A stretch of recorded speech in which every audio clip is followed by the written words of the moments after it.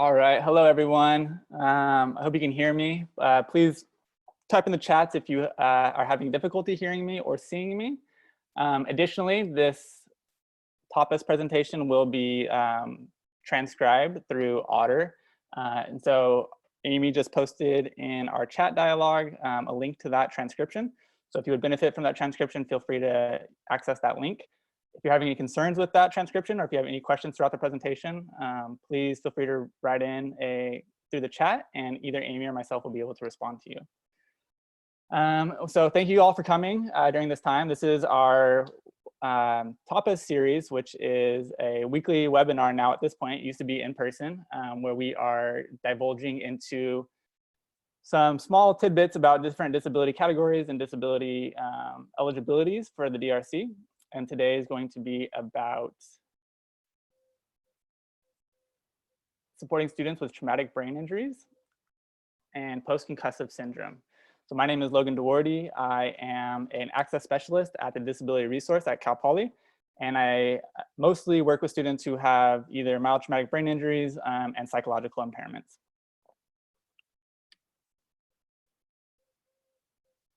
So what is a concussion or a traumatic brain injury? So it's described as a change in brain function following a force to the head, which may be accompanied by a temporary loss of consciousness, but is identified in awake individuals with measures of neurological and cognitive dysfunction. So traumatic brain injury is the umbrella term for these types of injuries, and a concussion would be classified or considered a mild traumatic brain injury. And a concussion is the most common form of traumatic brain injury.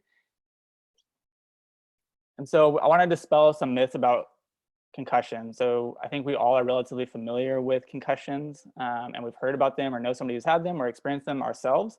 And so I want to kind of dispel some of those things that we may have heard growing up or being exposed to concussions, right? So the first thing would be, if you weren't knocked unconscious, then there is no concussion. This is inaccurate. Oftentimes, a lot of individuals who receive the concussion have a temporary loss of memory. So even if there was a loss of consciousness, the individual may not be able to recognize the loss of consciousness. And oftentimes the loss of consciousness is reported from a third-party individual. But that being said, there is no requirement that an individual would need to lose consciousness to be considered receiving a concussion or a traumatic brain injury. Concussions only last 2 weeks. After that, everything's good to go. Once your headache goes away, everything else is fine. So really putting a heavy emphasis on the headache as the only symptom that people need to be worried about. Concussions only happen in sports. If there's no visible injury, right? If no one sees any blood or any bruising, then everything must be good, right? There's no problem.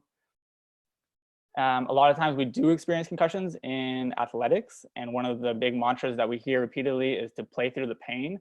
A lot of individuals are expected to be performing, or if they're a college athlete, the requirements of their attendance at the university is often revolves around that academic or that athletic performance. So oftentimes, individuals are encouraged to continue at the level of intensity that they received the concussion. And on the flip side of that, or the opposite, would be rest is best. So don't do any exercise at all until symptoms are gone. Again, these are myths that we've been taught about concussions. And so to look at some more truths, we'd want to say that you don't have to lose consciousness, right? Like I mentioned before, individuals have a difficult time really even remembering if they were unconscious or knocked unconscious or not. And that is one of the bigger symptoms, is the loss of memory. Symptoms can last days, months, and traumatic brain injuries can last multiple years to even becoming permanent. There's more than 1.7 million a year, and that number is referring to concussions that are then classified as traumatic brain injuries. And sports are not the #1 incident for traumatic brain injuries. It's actually motor vehicle crashes, right? Whether it be a motorcycle or a car. And actually during the healing process or following a concussion, we want to encourage light physical activity within 1 week. And that can support healing as well as reduce secondary symptoms such as depression and anxiety. So it's really important to encourage individuals to have as much exercise or physical movement as they feel comfortable with. Over in this image to the right, we have some concussion commandments, some further things that we can discuss to dispel some of those myths. But one thing that you really want to pay attention to is worsening of symptoms. If individuals are continuing to experience migraines and the migraine intensity or severity is increasing, we want to keep on watch on that. as well as other things such as decreased alertness or bruising around the eyes or behind the ears, and as well as seizures. So these would all be symptoms that the brain is struggling to heal, and there may be a more severe concussion or traumatic brain injury than originally thought. Some common triggers are bright lights and loud noises. And when we think about concussions and traumatic brain injuries and during this COVID-19 and online learning, it's hard to avoid these triggers such as bright lights when they're on a computer screen all day long. So this has been one of the bigger concerns that I've been experiencing with my students who have concussions and traumatic brain injuries during this quarter. Know that it's okay to let them sleep. I think a lot of times a common myth is that if you fall asleep after concussion that you'll slip into a coma. I know that was something that was passed around my childhood when I was growing up, but it's not true at all. It should be encouraged that an individual should rest to help reduce that brain function and to allow for healing to happen. And then to the flip side of that second point, right, bright lights and screens may be a trigger and may be difficult, but if an individual isn't showing increased symptoms when they are exposing themselves to screens or TV, then it would be completely fine to continue to do so. Returning to school is a more controversial situation, and there's not a direct number or criteria that needs to be met before returning to school. It's usually based on the individual's feeling or ability to remain engaged. Is that what we're really measuring? And that level of engagement which we want to see is typically about 30 minutes. And that would be 30 minutes of just sustained reading, 30 minutes of computer use, 30 minutes of active listening during a lecture. Those would all be big measures. And we know that in a college setting, that would be a low threshold, right? We don't have any classes that are only 30 minutes long, but that is what we are looking at to feel comfortable returning back to an academic setting. Students are going to need an increased amount of breaks during this time, whether that be for homework or assignments or just receiving the material. Try to avoid an excessive amount of physical activity, and allowing an individual to drive could be dangerous as well. As they are still healing, they may have a loss of motor control as well as depth perception and other symptoms. So I want to watch this quick little video that shows a really good illustration of what's happening to the brain after there is a concussion.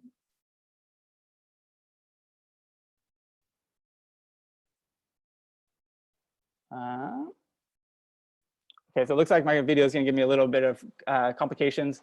So what this illustration shows is it kind of breaks down an animation of what happens to the brain. And I think it's something that's really important to understand is that just the traumatic injury in of itself isn't the only thing that's causing the damage to the brain. So once there is damage to the brain, this video shows how the neurons start breaking off and dying, and they start releasing a toxin. And that toxin is poisonous to other neurons in your brain. And so those things start to decay as well. So not only is your brain immediately affected because of the injury, it will continue to decline for a period of time depending on the severity of the injury, which will then damage other neurons within the brain. And so it's really important. That's when we're talking about monitoring symptoms and staying aware and tracking your symptoms. That if you are continuing to decline or your symptoms are becoming more severe, that may tell us that the brain is continuing to release these toxins and more damage is coming. So then let's talk about the types of traumatic brain injuries that an individual may experience.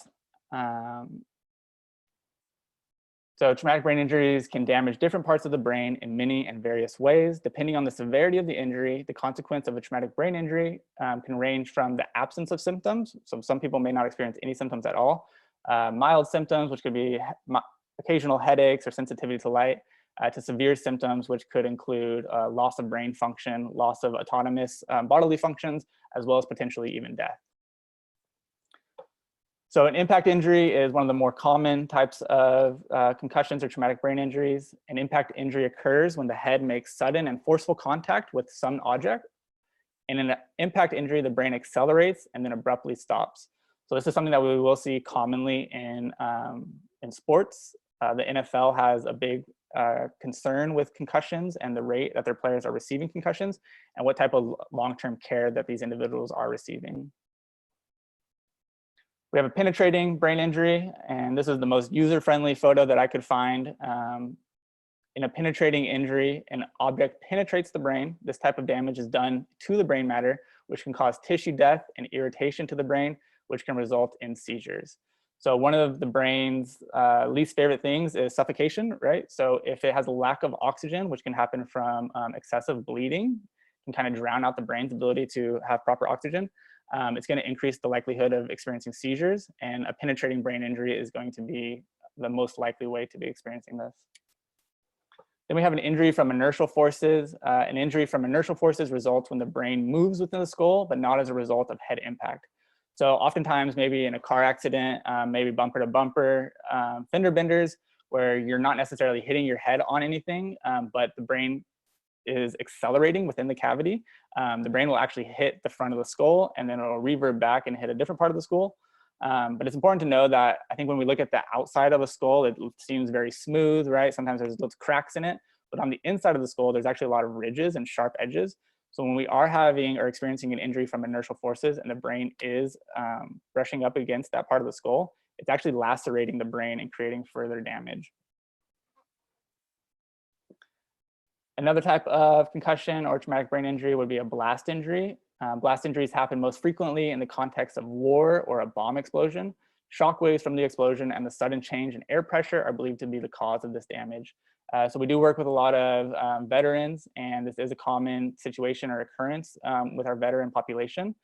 And they've been doing more research on it and getting a better understanding of why this type of injury is happening to individuals. And they begin to believe that due to the amount of armor and protective gear that our military is wearing, whether it be a bulletproof vest and helmet and goggles, what it's actually doing is it's channeling all that shockwave directly to their face and to their head, which is most vulnerable or is lacking the most amount of protection.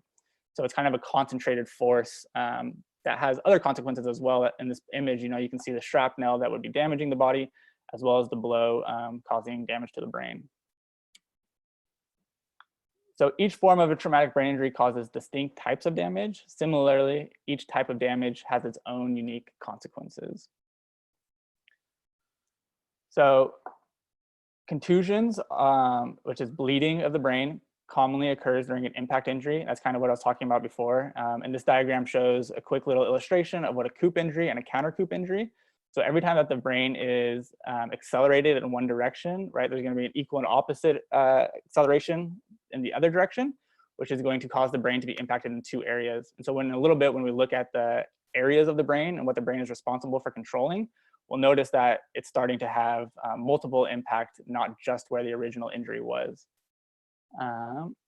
And so again, brain lacerations are common with impact injuries and skull fractures. It's really important to understand that the inside of the brain is not smooth, and it's not like there's not a lot of room for the brain to be moving around. There is some fluid and some shock absorption help there, but it's still very easy in these types of injuries for the brain to be cut because of the skull.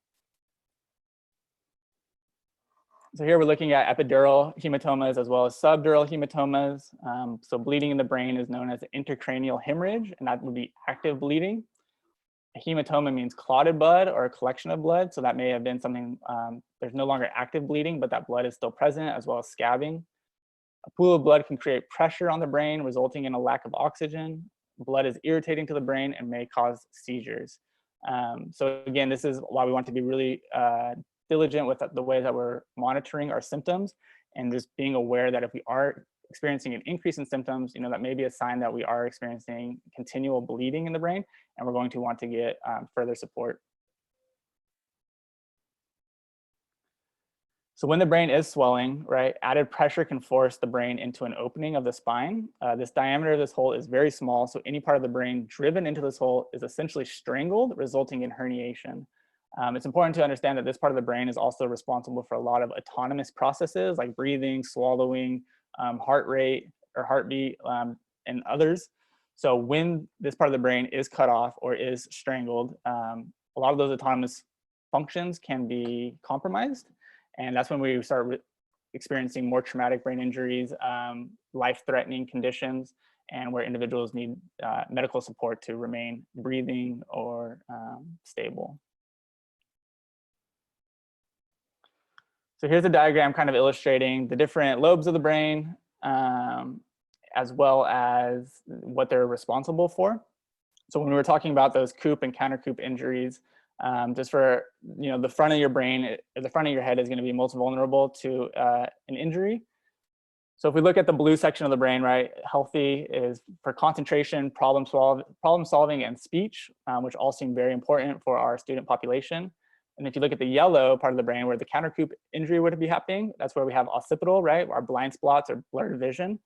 So just from one injury, right, just from an individual having a coop injury on the front of their brain and a countercoup injury in the back of the brain, they may be impacted as far as concentration, problem solving, speech, and vision because of one injury. And so when we're in the classroom and we're required to use all of these skills combined, and they're all struggling, it makes it very difficult for somebody to remain an active and engaged student, and as well as productive student. So I want to talk about some signs and symptoms of a concussion. The four most important are the physical, cognitive, emotional, and the fourth one I would like to consider more of a behavior. I think sleep is a behavior, and it is impacted by our concussions. So some common physical symptoms include a headache, nausea, lack of energy or severe fatigue, dizziness, feeling lightheaded, blurred or double vision, as well as depth perception being off, light sensitivity, as well as sound sensitivity. So I want to say that this quarter has been, as an online quarter where everyone is shelter in place and there's this mandate, I've had the least amount of concussions since I've been with Cal Poly, and so that is a good thing.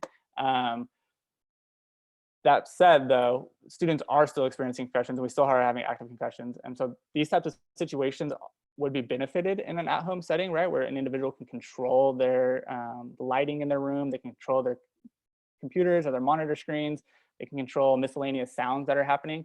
But when a student is on campus, a lot of these things are ingrained into our daily activities, right, or the daily class structure.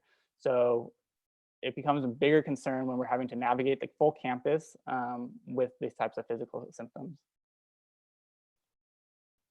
Further, more severe physical symptoms would include seizures or convulsions. And this happens when the brain's electrical systems malfunction.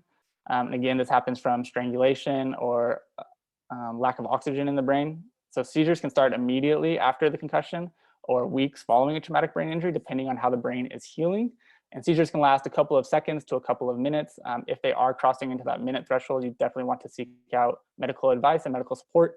And there's two different types of seizures that are most common. I think most people are familiar with generalized seizures, and that would be like your grand mal, where it is impacting the entire brain at once. Something that, or a type of seizure that people are less familiar with would be called focal seizures, and they're harder to diagnose or recognize, and that's why people are less familiar with them. But so in this image, you can see that the individual has a little spark of a seizure in the back of their brain.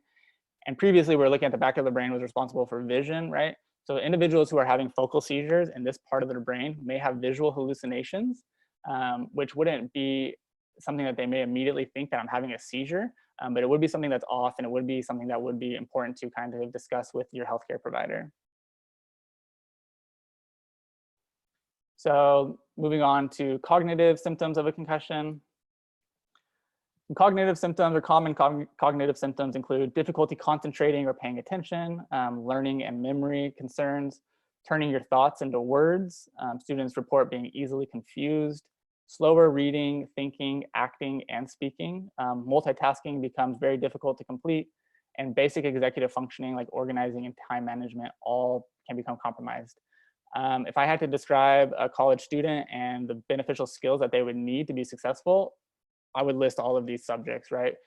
Paying attention, concentrating, learning and memorizing new material, conveying your thoughts into words, understanding what you're speaking about, reading, and multitasking. So all of these things are vital to a student's success, and they're all directly impacted when an individual experiences a concussion or a traumatic brain injury. Let's go a little bit deeper about these specific cognitive symptoms, right? So an important one would be attention. And so there are three distinctive forms of attention that may be impacted due to a concussion. And so that's selective attention. And selective attention would be able to focus on one thing for a period of time. Sustained attention would be able to pay attention to that one thing for a long period of time, right, to remain engaged. And then divided attention would be able to pay attention to one thing and another thing at the same time, right? So in the setting of a classroom, multitasking would look like listening to a lecture as well as viewing the slideshow and taking notes at the same time, right? That takes a divided amount of attention that would all be compromised due to your concussion. And then we have memory. So memory is described as a collection of processes that lead to learning and recalling information. Memory is closely related to attention. And I think people can confuse those two things. So just imagine how difficult it would to be placing things into short-term or long-term memory if your attention span was compromised. So without that ability to remain engaged for a period of time, your memory is going to be impacted severely. And so here's some couple recommendations or support that we offer to our students or recommend to our students, right? Asking for things to be repeated, definitely writing things down, connecting them to other things that you have done previously, making associations, as well as dividing information into smaller chunks and breaking down your homework or assignments into smaller chunks as well. So more memory, right? Explicit memory would be information we must consciously make an effort to remember. And so this is things that we're learning in class, right? So new material, new information that we have to practice memorizing. That would be explicit memory. Implicit memory would be information we remember without consciously trying. So that may be like tying our shoe, what our roommate's name is, right? Those types of things that we just know. But if we're meeting a new person and trying to learn a new name, that's already almost impossible for everybody. But having a concussion on top of that, or just having this new information being presented to you, it's really difficult to have it stored in short-term memory as well as to make it into long-term memory. So it's important to be aware of these types of things. You know, when we are experiencing relationships with people with concussions, or if we're a professor or staff member, working with students who have these types of things, telling them one time just may not be enough. And so just really working with them and being patient and just helping to check for understanding and holding space, allowing them an opportunity to ask any questions for clarification. Then we definitely experience a high level of emotional symptoms that are associated with traumatic brain injuries. So mood changes such as irritability, an increase in anxiousness or tearfulness, decreased motivation, feeling easily overwhelmed, more impulsive than normal, or withdrawn and avoiding social situations. And so an individual may have increase in headache, which is making them more emotional, a difficulty time sleeping, which is again dysregulating their emotions, feeling more frustrated because of their symptoms, right? Learning is harder than it used to be. Going outside is painful and not enjoyable because of the bright lights. You know, interacting with their classmates in class is difficult because of the sound sensitivity. So all of these things can make someone feel isolated and want to shelter their symptoms, which can be difficult and increase those emotional concerns. So common emotional concerns would be depression, mania, anxiety, and apathy. It's difficult for a family and friends to understand that these symptoms can occur as a direct result of a traumatic brain injury. So oftentimes somebody may be involved in a car accident, right? And that's how they receive their brain injury. So people want to credit their depression or their anxiety directly to the accident itself, right? That would be a concerning event to be a part of. And it would be normal to have depression or anxiety associated with the event following the injury or the accident. But then on top of that, if you are experiencing concussion, you're going to have an increased level of depression, an increased level of apathy, and a more than normal level of anxiety as well. So how that's happening or why that's happening is that traumatic brain injuries can create disturbances in the brain chemicals that contribute to mood changes. So everything that was regulated at one point in your brain and working smoothly has now had dramatic changes to it, right? When we looked at the penetrating injuries, and we talked about how the brain could be setting off toxins that are killing other brain cells around it. These toxins are going to be impacting your brain chemicals that control your mood. So clinical depression or major depression is a medical diagnosis describing sustained, persistent, and low mood in a person who may be unable to enjoy usual activities and experience physical symptoms such as issues with sleep and concentration. So we know 1/2 of all traumatic brain injury diagnoses experience depression within the first year of their diagnoses, and 2 out of 3 traumatic brain injury diagnoses will experience depression within 7 years. Anxiety is also a common symptom that we experience or common diagnoses following a traumatic brain injury. So some people with a traumatic brain injury have persistent and free-floating anxiety for prolonged periods that interfere with their everyday activities, and this would be considered generalized anxiety disorder. It's important to understand that anxiety, or if you have either anxiety or depression or any of these emotional concerns, prior to your concussion, there will most likely be traumatized and increased due to the injury. It's also important to be working closely with the physician who is skilled and has experience with diagnosing depression and anxiety to make sure that they're able to be treated appropriately. Something that people often miss is that a lot of the symptoms are overlapping. And so if we just had an individual who is experiencing restlessness, excessive worrying and agitation, physical complaints such as headaches and stomach aches or trouble concentrating, it would be hard for an individual to be able to diagnose whether that was depression or anxiety. But that treatment is important because the way that we treat depression is different than the way we treat anxiety. And so if we're diagnosing incorrectly based on these symptoms, we're not going to be getting the results that we need.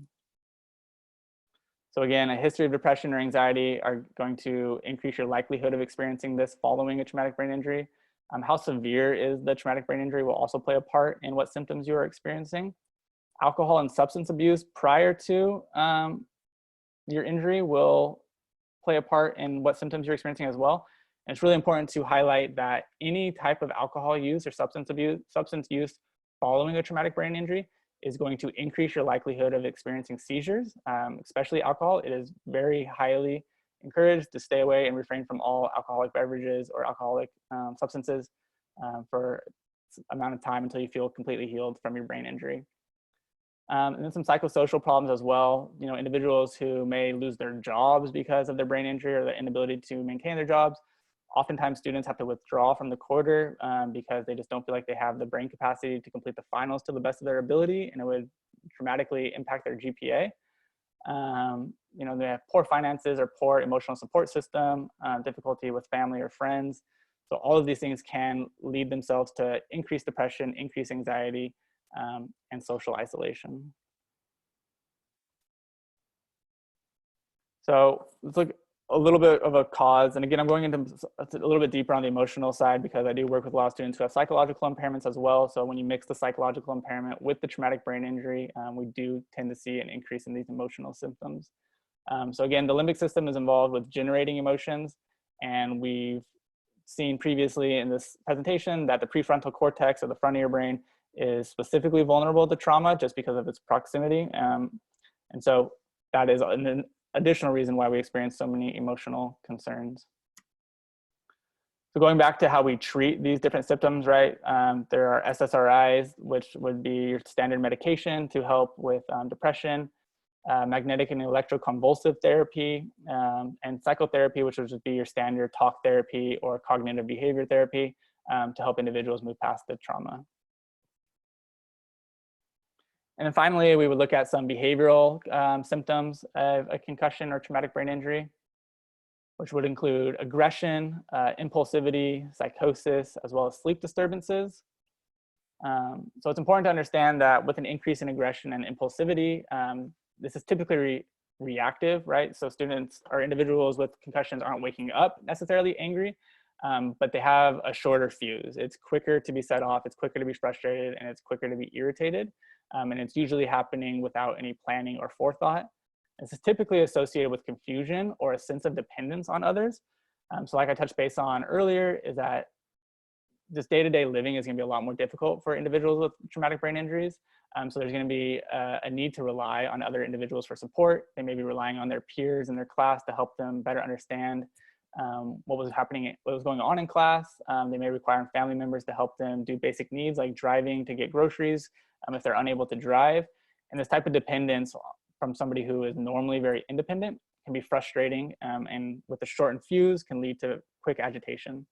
And so in these situations, oftentimes we look at medication to help suppress some of the anger or frustrations. And then looking at another behavior, we look at sleep symptoms. Sleep can be impacted in every direction, including drowsiness throughout the day, sleeping more than usual or sleeping less than usual, as well as difficulty falling asleep and staying asleep. And we also know that during this sleep and during this rest is when the brain has the best opportunity to be healing.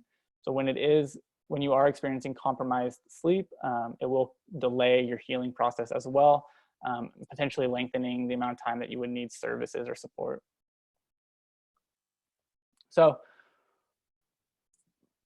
Concussions and traumatic brain injuries are relatively common in the academic setting and with this age group and population. And so we want to look at how we can support these individuals in the academic setting. So we know that they're getting tired easily in class and throughout the day. Headaches are triggered by classroom lighting and noises, which may lead them to miss class or not participate in class. Easily distracted by sounds and their peers in the classroom. So really loud noises or unique noises are going to be specifically triggering. Difficulty multitasking and tracking from the presentation to the speaker and then the notes, right? Being able to do all those things simultaneously is a very important skill and a difficult one for an individual with concussion. These individuals are going to take longer than typical and require more repetition to learn new material. So, holding that space and again, remaining patient for these individuals and feeling easily frustrated and irritated when they are overloaded. So other students report oftentimes, remembering something right before an exam and then losing all of their memory right when it's time or there's a performance situation, right? That stress or anxiety can just wipe their memory clean. Students are constantly being exposed to new information. Their reading rate and processing speed has taken a decline. So assignments at home may take longer to complete. Headaches that worsen with increased concentration, or students feeling dizzy with sudden movements or lose balance. I see this frequently with my freshmen who live on campus and are walking throughout the campus, especially on like hot or sunny and bright days. They can lose their balance and become disorientated relatively quickly. Students may become more forgetful with due dates, that time management piece. And so not everything is all dark and gloomy with a concussion. There are some positives. There is opportunities to heal. And so we talked about a myth that concussions only last for 2 days, but on average, that is true. So on average, they are only lasting for 14 days. College students take a little bit longer than that. So if you're a college athlete, anywhere from 11 to 23 days. Females are about 21 days. Males, 15 days. Graduate students, 31 days. And undergraduates, 16 days.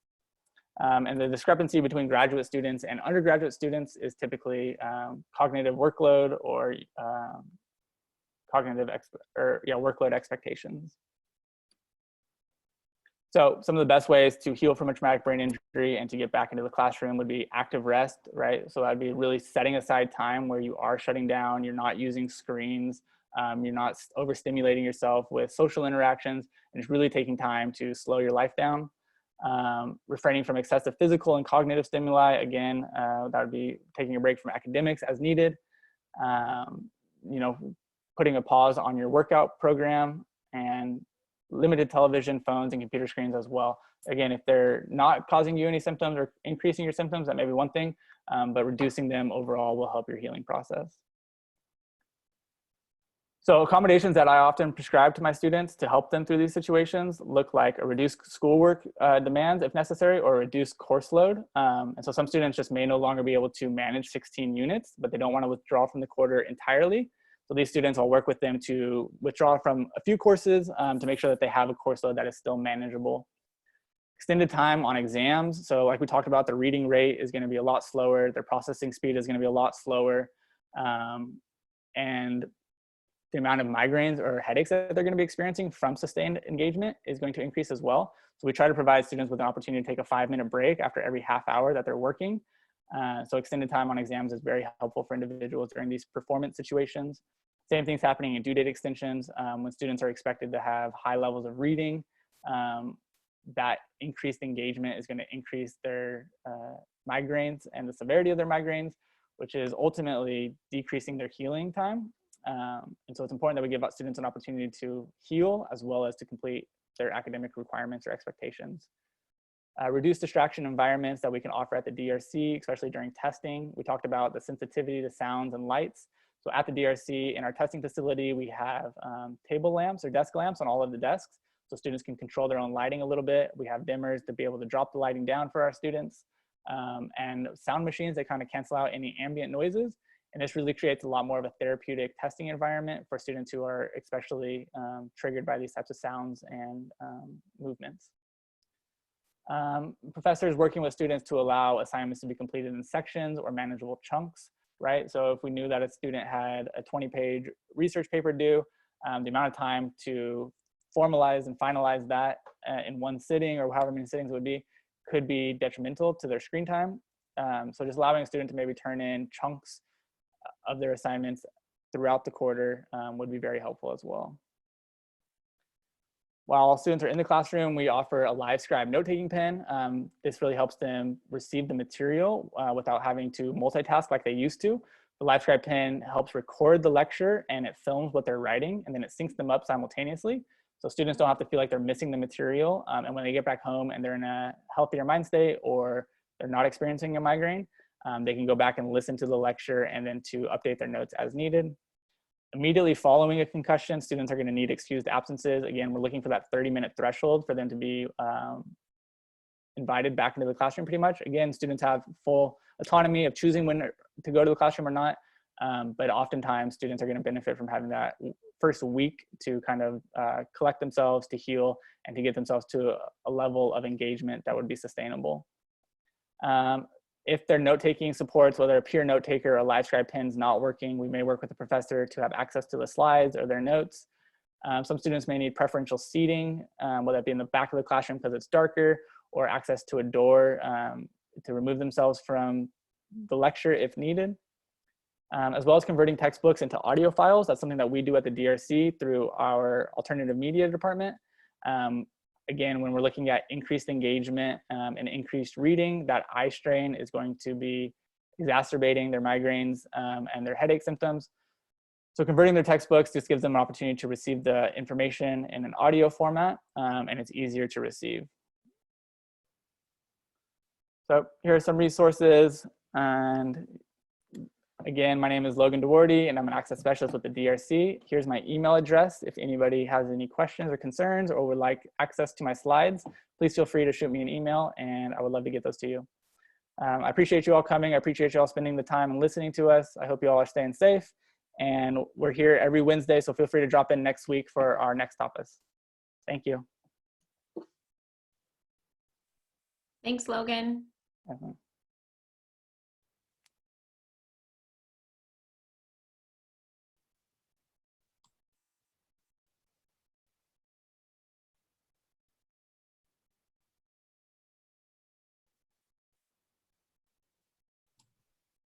Okay, let's end it there so we have a clean break with the video for posting.